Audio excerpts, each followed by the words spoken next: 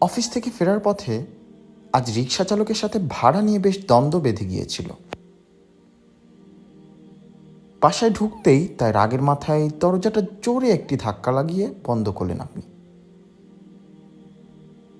বিকট শব্দে বাসার লোকজন বুঝে গেল আজ আপনি প্রচণ্ড রেগে আছেন। সঙ্গে সঙ্গেই বাসার পরিবেশটা থমথমে হয়ে উঠল। এই রাগ জিনিসটি কি নিয়ন্ত্রণ করা যায়? কেনই বা নিয়ন্ত্রণ করবেন? রাগ নিয়ন্ত্রণ করা একজন মুসলিমের মৌলিক কর্তব্যগুলোর একটি। পবিত্র কুরআনে সূরা আলে ইমরানের 134 নম্বর আয়াতে মুত্তাকিদের বৈশিষ্ট্য ব্যাখ্যা করতে গিয়ে আল্লাহ তাদেরকে রাগ দমনকারী বলে উল্লেখ করেছেন এবং তাদেরকে তিনি জান্নাতের সুসংবাদ দিয়েছেন।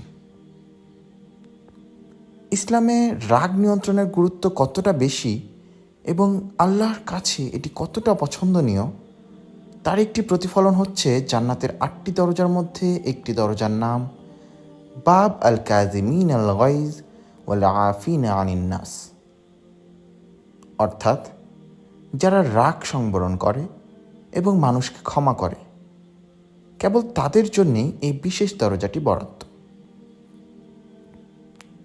রাগ নিয়ন্ত্রণ একজন মুসলিমের ধৈর্যশীল হওয়া এবং তাকওয়ার স্বতঃস্ফূর্ত বহিঃপ্রকাশ। আমরা যদি আল্লাহর রসুল সাল্লাল্লাহু আলাইহি ওয়াসাল্লামের জীবনের দিকে তাকাই, যাকে আল্লাহ তাআলা আমাদের জন্য আদর্শ হিসেবে প্রতিষ্ঠিত করেছেন, তাহলে আমরা লক্ষ্য করব তিনি ব্যক্তিগত, পারিবারিক ও সামাজিক জীবনে অত্যন্ত সংযমী মানুষ ছিলেন এবং তিনি রাগ নিয়ন্ত্রণ করতেন। শুধু তাই নয়, তিনি তার সাহাবীদেরকেও এই একই ব্যাপারে উপদেশ দিতেন। একবার এক সাহাবী তার কাছে এসে যখন উপদেশ চাইলেন, তখন রাসূলুল্লাহ সাল্লাল্লাহু আলাইহি ওয়াসাল্লাম বললেন, তুমি রাগ করবে না। সেই সাহাবী তারপরে আবার উপদেশ চাইলেন, তখনও তিনি বললেন, তুমি রাগ করবে না। এরপর সেই সাহাবী আরও কয়েকবার একইভাবে উপদেশ চাইলে প্রত্যেকবারই রাসূলুল্লাহ সাল্লাল্লাহু আলাইহি ওয়াসাল্লাম একই উত্তর দিলেন। একবার চিন্তা করে দেখুন তো, আপনার জীবনে কত সমস্যার মূল কারণ হয়তো এই রাগের মাথায় হুটহাট কিছু বলে ফেলা অথবা ভুল কোনো কাজ করে ফেলা। কত মানুষের সাথে আপনার সম্পর্ক তিক্ত হয়ে গিয়েছে শুধুমাত্র এক মুহূর্তের রাগ নিয়ন্ত্রণ না করতে পারার জন্য। এমনকি সমাজের বহু সমস্যা, যেমন পরিবারে অশান্তি, প্রতিবেশীদের সাথে খারাপ সম্পর্ক, বাবা মায়ের সাথে সন্তানের দূরত্ব ইত্যাদি সব কিছুর পেছনে রয়েছে রাগ সংবরণের ব্যাপারে অসচেতনতা।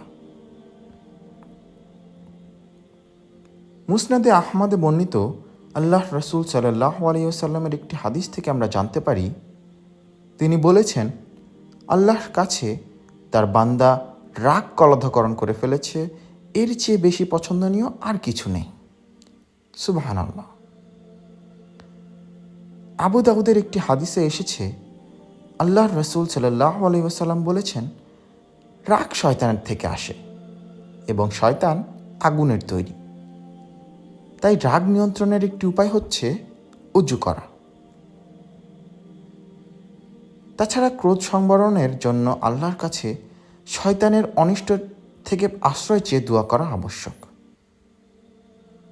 এছাড়াও রাগান্বিত হলে অবস্থান পরিবর্তন করা তথা দাঁড়িয়ে থাকলে বসে পড়া, বসে থাকলে শায়িত হওয়া, এটিও একটি বিশুদ্ধ হাদিসে বর্ণিত হয়েছে। তাই চলুন এই সংযমের মাসে আমরা রাগ নিয়ন্ত্রণের গুরুত্ব উপলব্ধি করি এবং নিজেদের জীবনে তা প্রয়োগ করার ব্যাপারে সচেষ্ট হয়ে উঠি ইনশাআল্লাহ।